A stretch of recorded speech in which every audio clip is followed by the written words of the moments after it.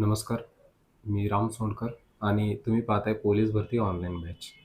पहा, आज आपण एक नवीन टॉपिक या ठिकाणी घेऊन आलेलो आहोत. तो म्हणजे महाराष्ट्राचा असलेले एकंदरीत प्रादेशिक विभाग. आता हे महाराष्ट्राचे एकंदरीत 5 प्रादेशिक विभाग आहेत. ते आपण आजच्या या ठिकाणी लेक्चरमध्ये पाहणार आहोत. पहा, पोलीस भरती ऑनलाईन बॅच करण्यासाठी तुम्ही आजच प्ले स्टोअरवरून त्या ठिकाणी एक्सलन्स एमपीएससी योगेश शिलार नावाचं ॲप त्या ठिकाणी काय करायचं आहे, डाउनलोड करायचं. आज आपण महाराष्ट्राचे प्रादेशिक विभाग त्या ठिकाणी पाहतोय. राज्याचे एकूण जवळपास 5 प्रादेशिक विभाग असताना त्या ठिकाणी आपल्याला पाहायला मिळतात. आता ते 5 विभाग कोणते आहेत ते आपण सर्वप्रथम तर त्या ठिकाणी नकाशामध्ये दर्शवूया. पहा, या ठिकाणी मी ऑलरेडी मांडलेले आहेत. पहिला आहे त्याच्यापैकी असलेला कोकण. पश्चिमेकडून पूर्वेकडे जातोय. हा पहिला विभाग आहे प्रादेशिकमध्ये कोकण. त्याच्यानंतर द्वितीय क्रमांकाचा विभाग तो म्हणजे पश्चिम महाराष्ट्र.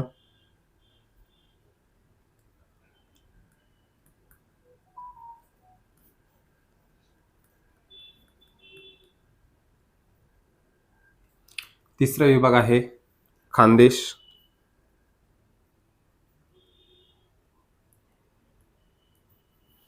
त्याच्यानंतर पुढे चौथा विभाग पहा मराठवाडा.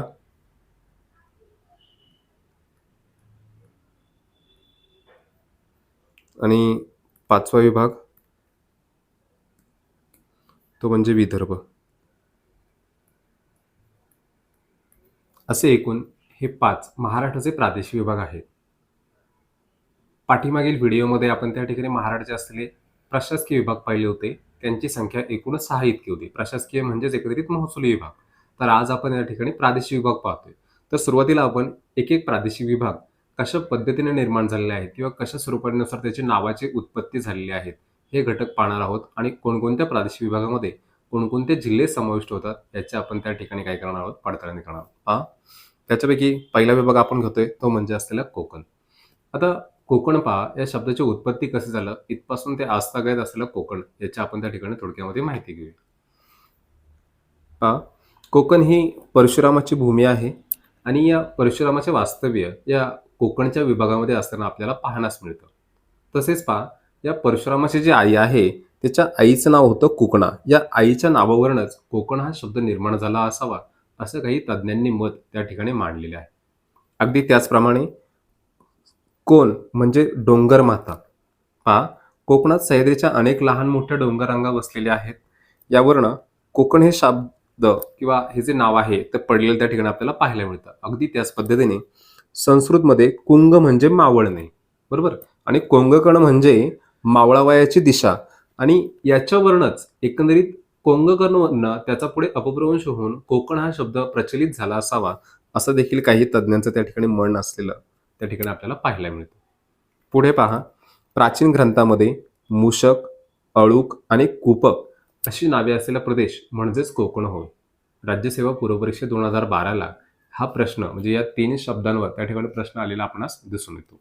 पुढे पहा, कोकणच्या भूमीनंतरनं पुढे लागतो तो असलेला प्रदेश म्हणजे असलेला घाटमाथा आणि त्याच्या पूर्वेला असलेला म्हणजे मावळ प्रांत. आता ही कन्सेप्ट काय आहे ते समजून घ्या. पश्चिमेकडून पूर्वेला जात असताना कोकण विभाग संपल्यानंतरनं जो संपूर्ण सह्याद्री पर्वत त्या ठिकाणी आपल्याला पाहायला मिळतो. आणि मग पहा, या सह्याद्री पर्वतरांगेचा जो काही उंचवट्याचा भाग आहे म्हणजे अतिउंचावाचा जो काही भाग आहे तो घाटमाथा म्हणून ओळखण्यात येतो. तर पुढे पहा, या सह्याद्री पर्वतरांगेचा जो पूर्वेकडचा उतरणीचा भाग आहे या पूर्वेकडच्या उतरणीच्या भागाला मावळ प्रांत असं म्हटलं जातं. नुकतंच गटकची जी परीक्षा झालेली आहे त्या गटकच्या मुख्य परीक्षेमध्ये हा प्रश्न त्या ठिकाणी विचारण्यात आला होता की सह्याद्री पर्वतरांगेचा पूर्वेकडील उतरणीचा भाग म्हणजे काय, तर तो काय आहे, मावळ प्रांत होय. पुढे पहा, आपण हा जो कोकण आहे तो त्या ठिकाणी पाहूया की कोकणामध्ये कोणकोणते जिल्हे कशा पद्धतीने काय झाले आहेत, वसले आहेत. आपल्या सर्वांना माहिती आहे एकंदरीत की कोकणामध्ये एकूण महत्त्वपूर्ण अशा 7 जिल्ह्यांचा समावेश होतो. तर पहा, कोणकोणते जिल्हे आहेत या ठिकाणी सांगतो. पहिला आहे पालघर. द्वितीय क्रमांकाचा जिल्हा ठाणे. आता समुद्राच्या एकदम लगत असलेला आणि आपल्या राज्याच्या असलेली जी काही राजधानी आहे किंवा जे छोटे जिल्हे आहेत त्याच्यामध्ये सुरुवातीला मुंबई उपनगर आणि त्याच्याच दक्षिणेकडच्या बाजूला मुंबई शहर हे 2 जिल्हे त्या ठिकाणी समुद्राच्या अंतर्गत भागामध्ये समाविष्ट होतात. पुढे 5व्या क्रमांकाला रायगड, 6वा रत्नागिरी,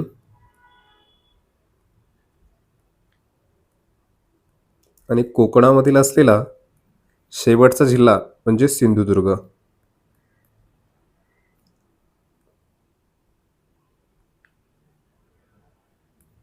म्हणजे पहा अशा पद्धतीने की कोकण या प्रादेशिक विभागामध्ये या 7 जिल्ह्यांचा त्या ठिकाणी काय होतो समावेश होतो. आता यानंतर आपण पुढचा विभाग पाहूया, तो म्हणजे असलेला पश्चिम महाराष्ट्र. आता पश्चिम महाराष्ट्र पहा, या ठिकाणी महाराष्ट्राच्या पश्चिमेस आणि सह्याद्री पर्वतरांगेच्या पूर्वेस असलेला भाग म्हणजे पश्चिम महाराष्ट्र होय.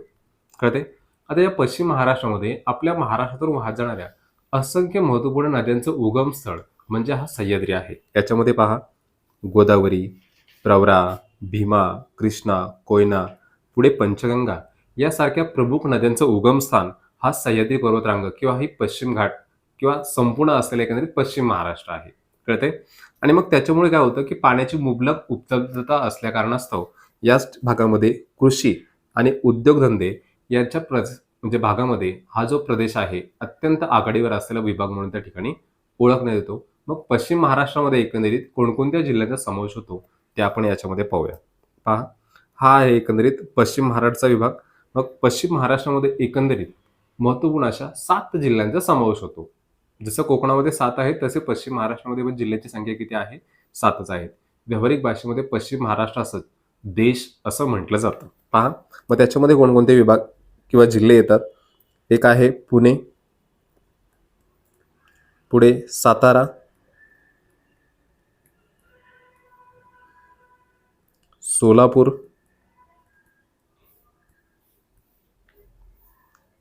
इथे सांगली, दक्षिणेस कोल्हापूर.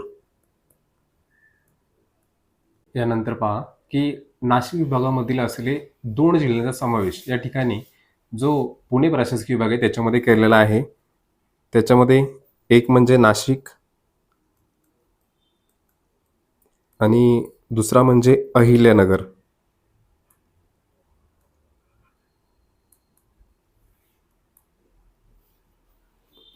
आता याच्यामुळे बघा काय झालं की पुणे प्रशासकीय विभागामधील 5 आणि नाशिकमधील 2 या एकूण 7 जिल्ह्यांचा जो काही प्रादेशिक विभाग तयार होतो त्यास आपण एकंदरीत पश्चिम महाराष्ट्र किंवा व्यवहारामध्ये देश असं म्हणतो. त्याच्यानंतर आपण एकंदरीत पुढचा 3रा क्रमांकाचा प्रादेशिक विभाग पाहूया, तो म्हणजे असलेला खानदेश. पहा, उत्तर महाराष्ट्रातील तापी नदी खोऱ्यातील जो प्रदेश आहे त्यास खानदेश असं म्हटलं जातं. पुढे खानदेश हा ॲक्च्युअली जर तसं पाहिलं तर पश्चिम महाराष्ट्राचाच एक उपविभाग म्हणून ओळखण्यात येतो. प्राचीन कालखंडामध्ये हा प्रदेश ऋषिक देश या नावाने ओळखला जात असायचा. तर पुढे सम्राट अकबराच्या कारकिर्दीमध्ये या प्रदेशास दांडदेश असं म्हटले गेल्याचे देखील पुरावे त्या ठिकाणी आढळतात. आता खानदेश कोठे वसलेला आहे आणि कोणकोणत्या जिल्ह्यांचा त्याच्यामध्ये समावेश होतो ते आपण पाहूया. इथे पहा, उत्तर महाराष्ट्रात वसलेला असलेला हा विभाग म्हणजे खानदेश आहे. खानदेशामध्ये केवळ 3च जिल्ह्यांचा समावेश होतो. एक नंदुरबार, द्वितीय क्रमांकाचा धुळे आणि 3रा म्हणजे जळगाव. या 3 जिल्ह्यांचा समावेश या ठिकाणी खानदेश या प्रादेशिक विभागामध्ये समावेश होतो. याच्यानंतर पुढचा 4थ्या क्रमांकाचा प्रादेशिक विभाग तो म्हणजे आहे मराठवाडा. पहा, तर आपण मराठवाडा पाहूया. मराठवाडा हा जो प्रादेशिक विभाग आहे तो पश्चिम महाराष्ट्र, खानदेश आणि विदर्भ म्हणजे पश्चिमेस पश्चिम महाराष्ट्र आणि खानदेश तर पूर्वेला काय आहे विदर्भ यांच्या दरम्यान वसलेल्या असलेल्या प्रदेशास मराठवाडा म्हणून देखील ओळखले जाते. कळते? या प्रदेशाचा बहुतांश भाग हा गोदावरी नदी खोऱ्यामध्ये येतो. अर्थात गोदावरी नदी मुख्यत्वे या प्रदेशाला पाणी पुरवठा करते. त्याच्यामुळे मराठवाड्याची भाग्यलक्ष्मी म्हणून गोदावरी नदीस त्या ठिकाणी ओळखण्यात येतं. पुढे पहा, या प्रदेशात अधिकांश प्रमाणामध्ये मराठी भाषा बोलण्यात येते आणि हा जो प्रदेश आहे तो 1947 पूर्वी या ठिकाणी हैदराबाद संस्थानामध्ये त्या ठिकाणी जोडण्यात आला होता. कळते? तर तेव्हापासूनच त्यास मराठवाडी या नावाने ओळखलं जायचं असायचं.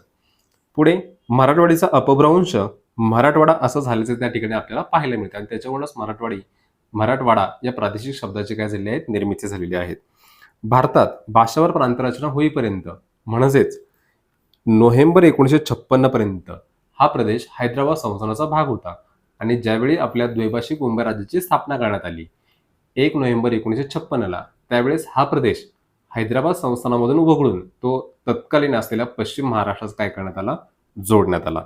आता सुरुवातीला पहा, एकंदरीत या मराठवाड्यामध्ये जिल्ह्यांची संख्या 5 होती. आज त्याच्यामधील जिल्ह्यांची संख्या 8 इतकी झालेली आपल्याला पाहायला मिळते. चला तर पाहूया की मराठवाड्यामध्ये कोणकोणते जिल्हे त्या ठिकाणी समाविष्ट होतात. पहा, इथे लक्ष द्या. आता मराठवाड्याच्या असलेले एकंदरीत महत्त्वाचं असलेले शहर किंवा मराठवाड्याचं हृदय म्हणून ज्याला ओळखलं जातं ते म्हणजे छत्रपती संभाजीनगर, जे आपल्या महाराष्ट्राचे मित्रांनो पर्यटनाची राजधानी म्हणून ओळखण्यात येते. कळते? छत्रपती संभाजीनगरच्या शेजारी किंवा त्याच्यामधूनच वेगळा झालेला असलेला पुढचा जिल्हा म्हणजे जालना. जालना ही आपल्या महाराष्ट्रातील असलेली 29वी महानगरपालिका तसेच देशामधील स्टील सिटी ऑफ इंडिया म्हणून ओळखलं जाणारे शहर म्हणजे जालना. पुढे त्याच्या पूर्वेला आहे परभणी,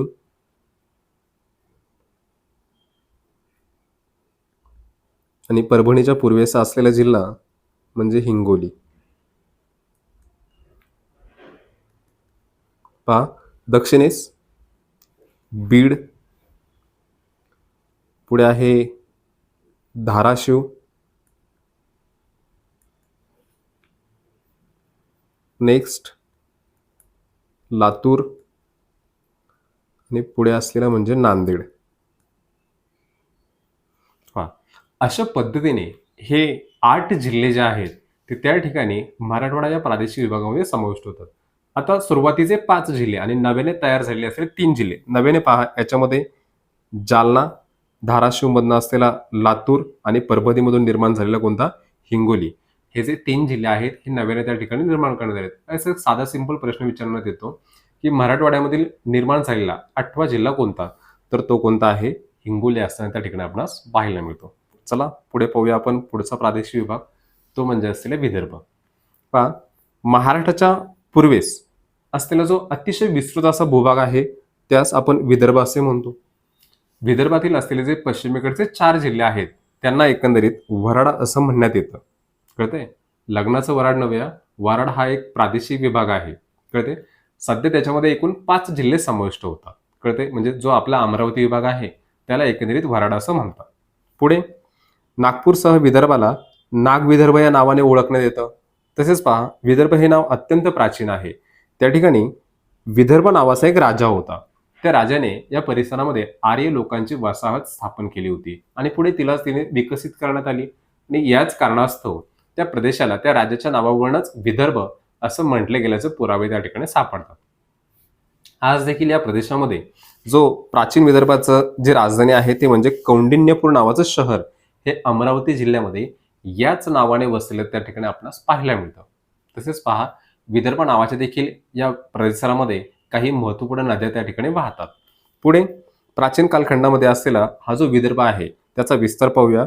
उत्तरेस नर्मदा नदीपासून ते दक्षिणेला कृष्णा नदीपर्यंत. पहा, पश्चिमेस त्या ठिकाणी ऋषिक देशापासून म्हणजे आजचा खानदेश, तर पूर्वेला कोझल देशापर्यंत म्हणजे आजचा असलेला छत्तीसगडपर्यंत. एवढं मोठं विशाल असं साम्राज्य या आर्य वसवणाऱ्या असलेल्या त्या ठिकाणी विदर्भ राज्याचा असलेला आपल्याला पाहायला मिळतं. मग या विदर्भामध्ये एकंदरीत आपल्या राज्यातील सर्वाधिक जिल्हे, सर्वाधिक तालुके आणि सर्वात मोठा असलेला क्षेत्रफळानुसार प्रादेशिक विभाग म्हणून आपण त्या ठिकाणी विदर्भास पाहतो. चला तर पाहूया आपण विदर्भामध्ये कोणकोणत्या जिल्ह्यांचा समावेश होतो. लक्ष द्या, याच्यामध्ये मूळ विभाग 2 आहेत. एक नागपूर आणि दुसरा असलेला म्हणजे अमरावती. या 2 प्रशासकीय विभागांना ज्यावेळेस आपण एकत्र करू त्यावेळेस जो मोठा विभाग होणार आहे त्याच प्रादेशिकमध्ये विदर्भ असे म्हणतात. मग ते 11 जिल्हे कोणकोणते आहेत पहा. अमरावती, पश्चिमेस इथे पहा अकोला, अकोल्याच्या दक्षिणेस वाशिम, वाशिमच्या दक्षिणेकडच्या बाजूला यवतमाळ, पुढे बुलढाणा. बुलढाणा या जिल्ह्यास विदर्भाचा प्रवेशद्वार असं म्हणतात. पहा, मी काही तुम्हाला एक महत्त्वपूर्ण माहिती सांगतो, की विदर्भाचं प्रवेशद्वार म्हणजे बुलढाणा. मराठवाड्याचं प्रवेशद्वार म्हणून धाराशिवला ओळखण्यात येतं. तर कोकणचं प्रवेशद्वार म्हणून पनवेल ही जी महानगरपालिका आहे, त्या पनवेलला विदर्भाचं प्रवेशद्वार त्या ठिकाणी म्हणण्यात येतं. अगदी तशाच पद्धतीने भारताचं प्रवेशद्वार म्हणजेच आपला गेटवे ऑफ इंडिया, की जे मुंबईमध्ये वसलेलं त्या ठिकाणी आपल्याला पाहायला मिळतं. अशा पद्धतीने वेगवेगळे प्रवेशद्वार त्या ठिकाणी आपल्या महाराष्ट्राच्या संदर्भामध्ये संबंधित आहेत. अजून एक असाच एक प्रश्न आहे, त्याचं उत्तर मला तुम्ही शोधून सांगाल, की अजिंठ्याची जी जगप्रसिद्ध लेणी आहेत, की ती छत्रपती संभाजीनगर जिल्ह्यामध्ये वसलेल्या आहेत. तर प्रश्न माझा असा आहे, अजिंठ्याचे प्रवेशद्वार म्हणून कोणता जिल्हा त्या ठिकाणी ओळखण्यात येतो? चला पुढे आपण कंप्लीट करूया. नागपूर नंतरनं पुढे पहा, वर्धा, भंडारा, पूर्वेकडचा जिल्हा गोंदिया, तर दक्षिणेस पहा या ठिकाणी चंद्रपूर आणि पुढचा जिल्हा आहे तो म्हणजे गडचिरोली.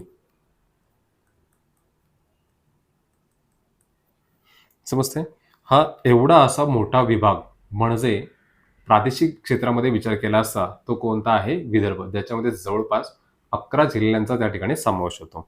अशा पद्धतीने हे जे सर्व प्रादेशिक विभाग आहेत ते एकाच चार्टमध्ये त्या ठिकाणी आपण काय करण्याचा कंप्लीट करण्याचा प्रयत्न केला आहे. पहा, तर या ठिकाणी की हे आहेत ते एकंदरीत 5 प्रादेशिक विभाग, त्यांचा क्षेत्रफळानुसार क्रम, जिल्हे संख्या, तालुके संख्या आणि त्याच्यामध्ये कोणकोणत्या जिल्ह्यांचा समावेश होतो ते सर्व आपण तुम्हाला या ठिकाणी चार्टमध्ये काय केलेलं आहे, दिलेलं आहे. एवढं सविस्तर न सांगता त्या ठिकाणी पुढे जाऊन आपण नकाशामध्ये ते पाहूया की कोणकोणत्या पद्धतीने वसलेला आहे. हा एकंदरीत संपूर्ण आपला महाराष्ट्राचा नकाशा असताना दिसून येतो. तर ते संपूर्ण प्रादेशिक विभाग याच्यामध्ये तुम्हाला दर्शवतो. पहा, सुरुवातीला आपण ते पाहिलेच होते, तरी पण या ठिकाणी पहिला विभाग म्हणजे कोकण, ज्याच्यामध्ये एकूण 7 जिल्हे आणि जवळपास 47 अथवा 50 तालुक्याचा समावेश होतो. द्वितीय क्रमांकाचा विभाग पश्चिम महाराष्ट्र,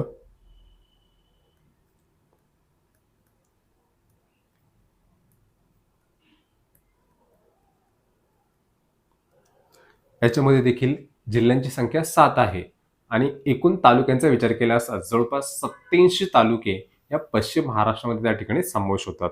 नेक्स्ट पुढचा तिसरा विभाग खानदेश पाहिला आपण. खानदेशामध्ये असलेले एकंदरीत जे जिल्हे आहेत त्यांची संख्या केवळ 3 आहे. क्षेत्रफळ, जिल्हे संख्या, तालुके संख्या यानुसार सर्वाधिक लहान विभाग म्हणजे खानदेश. तालुक्यांची संख्या केवळ 25 आहे. पुढे चौथ्या क्रमांकाचा विभाग मराठवाडा.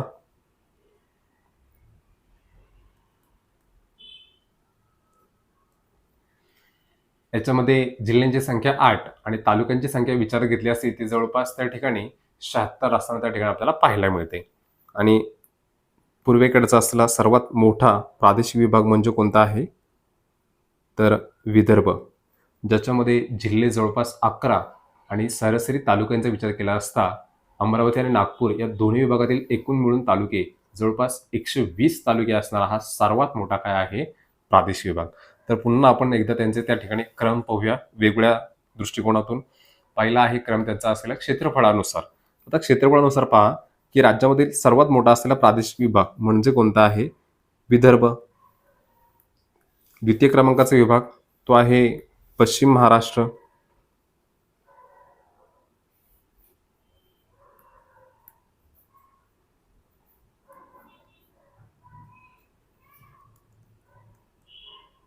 पश्चिम महाराष्ट्र. तिसऱ्या क्रमांकाचा असलेला मोठा विभाग तो म्हणजे मराठवाडा.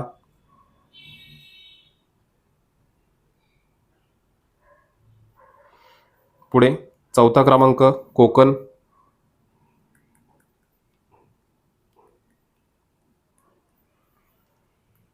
नेक्स्ट सर्वाधिक लहान प्रादेशिक विभाग तो म्हणजे खानदेश.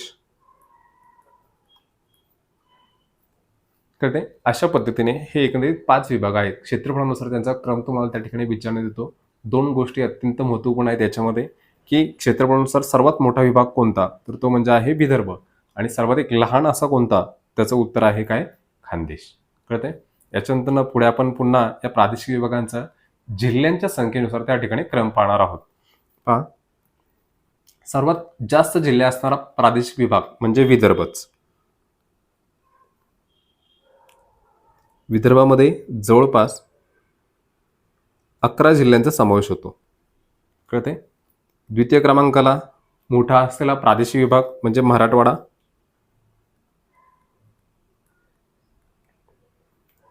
याच्यामध्ये जवळपास 8 जिल्ह्यांचा समावेश होतो. आता जो तिसरा क्रमांक आहे त्या ठिकाणी संयुक्तरित्या आहे. एक पश्चिम महाराष्ट्र,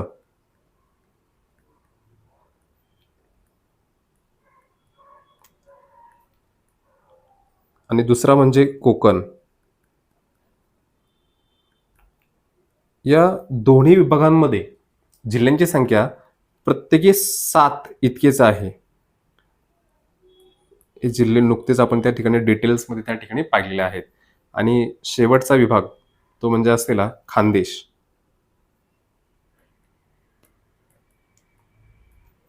खानदेशामध्ये एकूण जिल्ह्यांची संख्या किती आहे, 3 आहेत. 2 गोष्टी महत्त्वपूर्ण, की सर्वाधिक जास्त जिल्हे असणारा प्रादेशिक विभाग म्हटला तर तो आहे विदर्भ, आणि सर्वात कमी म्हटला तर तो कोणता येतो, खानदेश. केवळ 3 जिल्हे त्याच्यामध्ये समाविष्ट होतात. पुढे तालुका संख्येनुसार देखील आपण त्यांचा त्या ठिकाणी क्रम पाहूया. पहा, सर्वाधिक तालुके असणारा विभाग म्हणजे पुन्हा विदर्भच. यामध्ये जवळपास तालुक्यांची संख्या 120 इतकी आहे. पुढे द्वितीय क्रमांकाचा विभाग म्हणजे पश्चिम महाराष्ट्र, 87.